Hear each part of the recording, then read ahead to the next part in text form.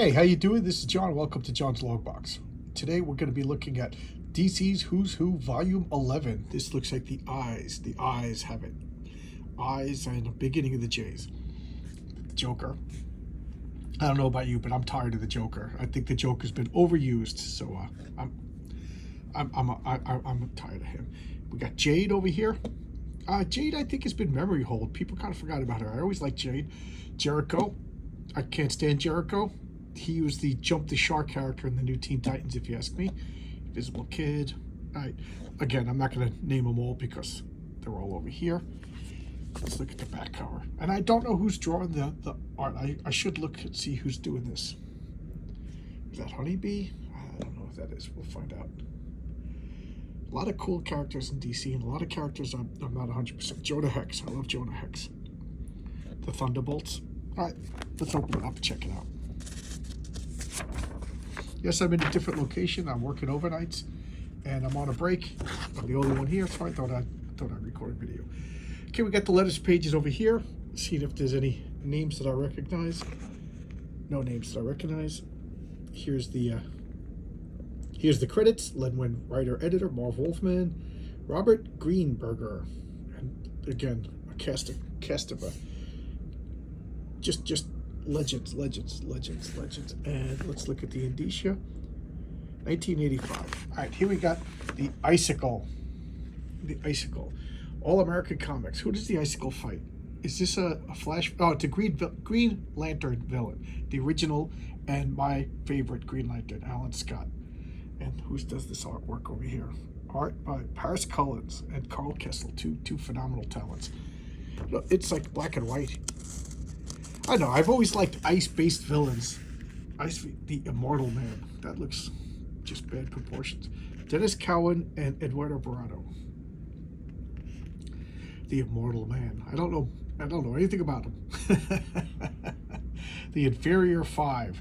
Like a goofy, jokey group of villains. What do we got here? Awkward Man. The Blimp. Dumb Bunny. Merry Man and White Feather. Who does the art? Joe Orlando. I don't know anything about the Inferior Five. I think they were a joke group that showed up in a few issues or something, but I don't know. I can't talk about characters I don't really know. White Feather. I don't know. I guess he's not. The Infinity Man. Greg LaRocque and Larry. He fights the Legion of Superheroes. He's like an Eternity Galactus type being, just an all-powerful, abstract concept given life. Okay, Superboy and the Legion of Superheroes. Yeah, I kind of like them. I've always liked that kind of villain, like these, when everybody's got to put aside all their nonsense and get together and team up and defeat this godlike being. I don't know. I just love that. From Galactus 50 to Galactus 50, from Fantastic Four 50, where they introduced Galactus to this. I just love stories like that. Now here's a group that I just love. I love this lineup of Infinity Incorporated. I could talk about this for hours. Let's just look at the art. Jerry Ordway, an elder statesman of comic book art. I love this group. I love this comic. I've gone on record saying that I was a Marvel zombie growing up, and one of the very first comics I collected that was not Marvel was Infinity Incorporated. There was like the three. There was the New Teen Titans was the first DC comic that I collected. Then Infinity Incorporated, then Batman and the Outsiders, and then I'm sorry, I'm wrong. First Infinity. Oh, my brain. It's been a week of political ads, so my brain is mush. All right, first it was the New Teen Titans, then it was the Legion of Superheroes, then it was Infinity Incorporated, and the fourth was Batman and the Outsiders. And then after that, I was just hooked on everything DC, just like I was hooked on everything Marvel. DC's had a good run from 1985 to 2015. That's a good chunk of DC collecting. Okay, so what is the concept of this group? This group, they were the sons and daughters and godchildren of the original Justice Society. So when they came out, they were on Earth 2, the original DC planet, the original DC universe. Which, calling it 2 is kind of weird when it was first. So who are they? This is the Star Spangled Kid. The concept with him was that he was the kid, and the sidekick was the adult. So he was the Star Spangled Kid, and then he had an adult Stripesy that hung out with him, Sylvester Pemberton. This is Fury. She's the daughter of the original Wonder Woman and Steve Trevor. And she got screwed by the Crisis on Infinite Earth. It did away with both of her parents. Then who is she then? Then they retconned and made her mother was a World War II superhero called Fury, and she was the daughter of Fury, and then she was just forgot about. And Neil Gaiman put her in the Sandman comics, and she became the mother of Daniel, the new incarnation of Morpheus. This is, God, I hate the name, Nuklon. I hate that name. Great costume. Al Rothstein, he's the godson of Al Pratt, the original Adam. His father, or grandfather, I forget which, was the supervillain Cyclotron. And because of his genes were, affected by the radiation, his daughter, he had a daughter, then the daughter had this gigantic kid who later could grow to giant size and control his density. He's a powerhouse. He became Atom Smasher, who is now in the Black Adam movie. Brainwave Jr., his father was the villain Brainwave, and he kind of came and went. Jade was the daughter of the original Green Lantern and the original Harley Quinn. North Star, my least favorite member, just because just a poor design, but he's a son of a human and a bird person from I can't remember, Featheria. That's horrible. And the Silver Scarab, he's the son of a Hawkman and Hawkgirl. And he designed the suit made of nth metal that gives him various undefined powers. And that's Obsidian. That's Jade's twin brother and also the son of Green Lantern and the original Harley Quinn.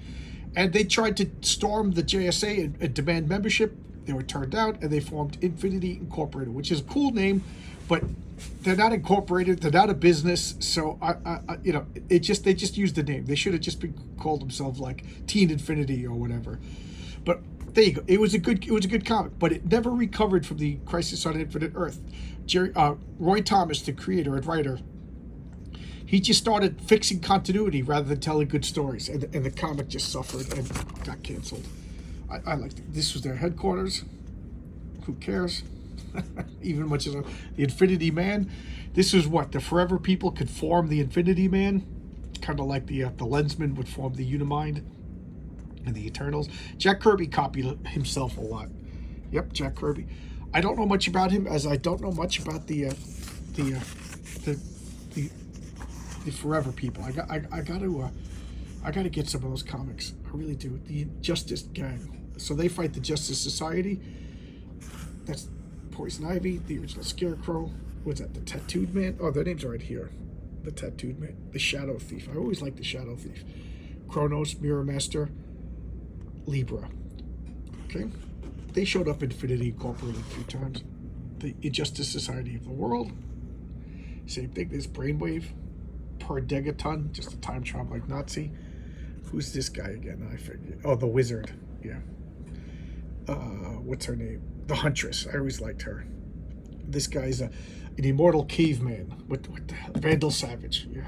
Solomon Grundy. Just cool villains. Cool villains. Insect Queen. I guess there's Earth 1 and Earth 2. I don't know anything about this character. I can't even read it. My eyes are getting bad. Howard Bender and Kurt Schlaffen. Yeah.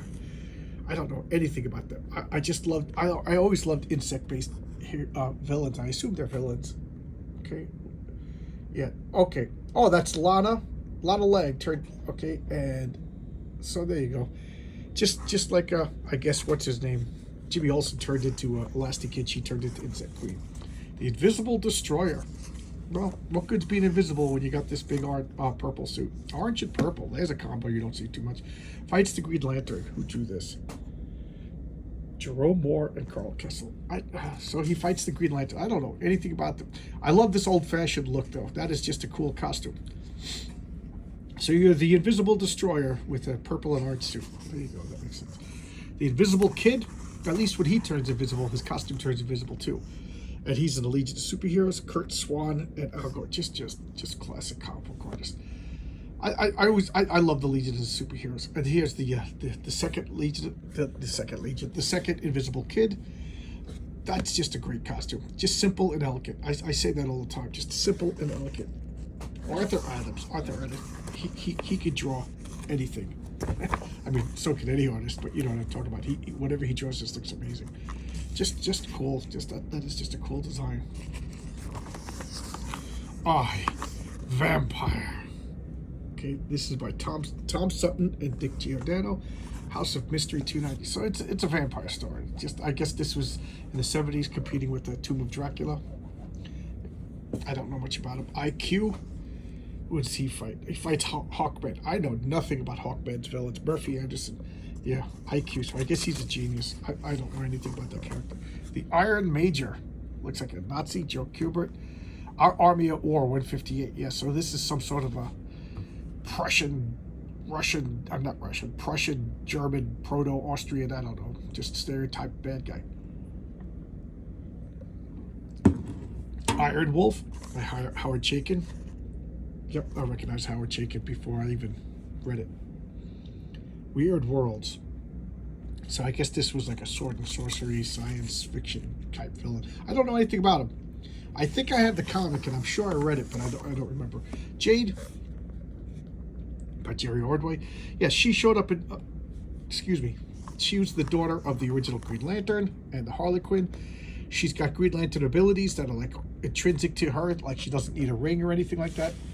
And I don't know how they incorporate her in modern DC. Is she even around? Does anybody know? I don't know. But I always liked her. She was fun and outgoing and flirty. And she could turn herself into normal flesh tones. And her brother was introverted and shy, and he has darkness powers. Just a good contrast. I always liked her. She's a fun character. Who's that? Jason Bard. I don't know anything about him. Don Heck. Detective Comic. I don't know anything about him. Looks like he fights people. I don't know anything about him. Javelin. Looks like a generic bad guy. Who's he fight? Dave Gibbons. Green Lantern. So he fights Green Lantern. Sorry. Does he throw yellow javelins like Green Lantern? Gem. Son of Saturn. Who chose this? Jerry Colin and Gene Colan and Bob McClellan. I can't read anymore. Oh, yeah, I have the series, and I don't remember a damn thing about it. Gem, Son of Saturn, #1. I have it. I'm sure I read it. All I know is that they were like somehow connected to the Martians, and they were enslaved. And other than that, I don't know anything about them. Sorry. Jennifer Morgan. This is by Dan Jurgens and Mike DiCarlo. She's the wizard in... Yes. I think this comic's falling down. She's the wizardess in Mike Grell's Warlord. So she's like the love interest and sorceress. That was a good series, guys. I love Mike Grell. Pick it up. And Dan Jurgens, Mike DiCarlo is doing it justice. Just good. Here you go. The creepiest freaking character ever. I cannot stand this character. I always said that George Perez was one of my favorite comic book artists. If not, him and John Byrne are the two best. But George Perez, his designs, they always look like science fiction sword and sorcery rejects. And this is... And first off, the name Jericho. What the hell does that mean? I hate when the superhero name does not fit the powers. Jericho. He looks at you and he inhabits your body and takes over you. And then he's just like Mr. Creepy, nice guy. Oh God, this character I just can't stand him. I get a guttural hatred for this character. I'm sorry. I know that's ridiculous. But when he showed up in the Teen Titans, it was the beginning of the end. I'm sorry. I just hate this character. The Jester. Who drew this? Ken Stacy. Pretty cool. This is another archetype that I like. The Jester, foolish, fool, clown, bad guys. Pretty cool. Who does he fight? I don't even know. Jinx. She was in the Fearsome Five. They fought the new Teen Titans, and there was always 4 regular characters, and then the 5th was a rotating door. There was Dr. Light. There was Jinx. There was other ones too, but I can't seem to remember. And she has like the same powers as the Scarlet Witch. If Scarlet Witch is done properly, the Scarlet Witch's power is that she could give you bad luck, and she could give herself good luck, and that's what Jinx did. Pretty cool power. Hard to write, I imagine. Johnny Cloud. Was this a World War II fighting ace? Joe Brzezinski and Sal Amendola. All-American Men of War. Yeah, this is one of my shames that I don't really know the DC war comics. Chuck Dixon says they're some of the best comics ever made, and I'll take his word for it. And so, So this is a character that I'll learn something about in the future. Johnny Quick, love this costume, simple and elegant. You know, a Flash knockoff. More Fun Comics 71. He joined the All Winners Squad. The All Star Squadron. When all the superheroes got asked to join a super team and fight in World War II. And then his daughter, Jessie Quick, became a member of the Justice Society. I don't know. He's probably a member of the Justice Society, too. Johnny Peril. Was he a vampire hunter? I know nothing about this character. Comics Cavalcade 22. Trevor Von Eden, Dick Jones. So I imagine with that cross his hand, he fights vampires. I know nothing about him. Other than that sounds like NBC spy drama TV show. Johnny Peril. Looks cool, though. Johnny Thunder. Here's a character I've always liked. By Steve. I can never say his name right. Steve Leola. Flash Comics #1. So Johnny Thunder, I think he was kind of a jokey character. He was like a dumb guy. He's kind of stupid, and he was the seventh son of a seventh son. So he's got this lucky genie that can pretty much do anything. And for the longest game, like, say you, that was the magic word that summoned the genie. And he would say it without realizing that he was summoning the genie. Hey, say you, say, yeah. You know, I guess that in the 40s, that was a common expression. You know, it's kind of dated today. So he would say you, and then the genie would come up and fix things, and he didn't realize it. He didn't realize that he was controlling a genie. And then later on, he became a superhero and member of the Justice Society. I don't know, I kind of have a soft spot for him. And then Johnny Thunder the Cowboy by Gil Kane. Look at that. The only thing is, I think that gun is the angle's not facing, whatever. I don't want to say anything bad about Gil Kane. All-American Western 100. Again, I don't know anything about the DC's Western. I got to learn more. Here's the Joker by Marshall Rogers. To me, that's the way the Joker should look. Tall and lanky. You know, he was ripped off of Conrad Veidt, the actor, in The Man Who Laughs, in the silent movie era. And that is just cool looking. But overexposed, oversaturated. I'm tired of him. Sorry. But this is the way he should look. This is the way my Joker looks. But I'm tired of him. Sorry. I'm just tired of him. Jonah Hex. I love Jonah Hex. Why can't I think of the name? Joe Quesada and Justin Jimmy Palmiotti. Yeah, that's right. Their Jonah Hex was awesome. Just an awesome run. And they made the movie, the bad movie, based on that. But this was a good, solid comic. One of the few Westerns that I enjoyed. And then they did Hex. He was transported into the future. And he fought like cybernetic robots. Same character, just, you know, time travel. And here's Johnny Thunder, the female version. You know, this is definitely the 80s version. Look at her, you know. She's a private detective. She can take no crap. Sexy genie girl. So she got a statue with the Thunderbolt. And now there's Joaquin Thunder, like a little black kid who has a pen. I don't know who has the Thunderbolt right now. Do you guys know? I don't know. This is by Dick Giordano, the artwork. But I liked all the iterations of Johnny Thunder. I always liked that, like, powerful genie, limited by the Thunderbolt is usually all powerful, could do anything, but it's limited by the orders given to it by the master. And since Johnny Thunder, the original one, was a dummy, it was a natural limitation, a natural weakness on an all-powerful character. I don't know what the limitation on Johnny Thunder is, but there you go. On this one, I say Johnny Thunder. And these are the comics that were coming out. Legion Superheroes, Sergeant Rocks, Hex, Batman, House of Mystery. I got them all except for House of Mystery and Sergeant Rock. Okay, I don't have the Sergeant Rock. And there you go.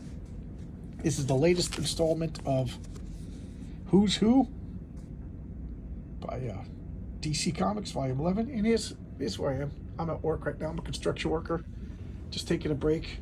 It's like midnight, and I'm taking a break. I'm here by myself, just doing some work, taking a break. All right, I'll see you tomorrow with another video. Bye-bye.